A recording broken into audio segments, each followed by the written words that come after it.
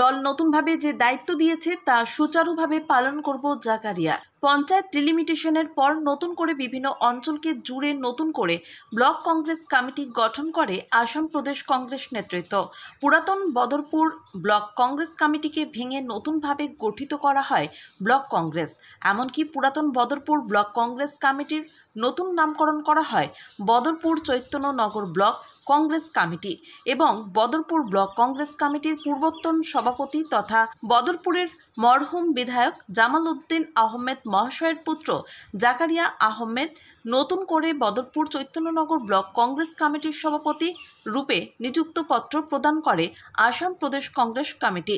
নতুনভাবে দায়িত্ব পেয়ে জাকারিয়া বেজায় উৎফুল্লিত। তিনি বলেন, দল তার উপর পুনরায় আস্থা রেখেছে, তিনিও দলকে কোনোভাবে নিরাশ করবেন না এবং আগামী পঞ্চায়েত নির্বাচনে তার নেতৃত্বে থাকা সবকটি এপি জেলা পরিষদ সভাপতি আসন উপহার দেবেন।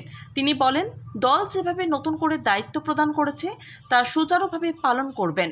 দলের বুথ কর্মী থেকে নেতৃবৃন্দকে একসাথে নিয়ে চলবেন বিগত দিনে যেভাবে চলেছেন।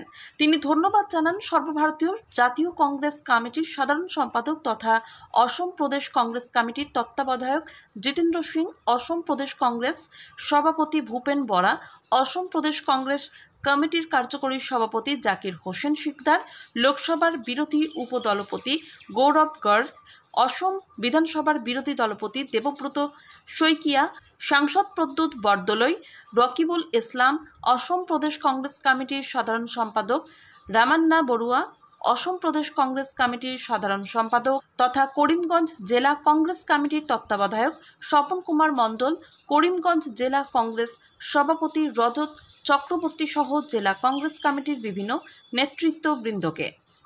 Bureau report, Badarpur any.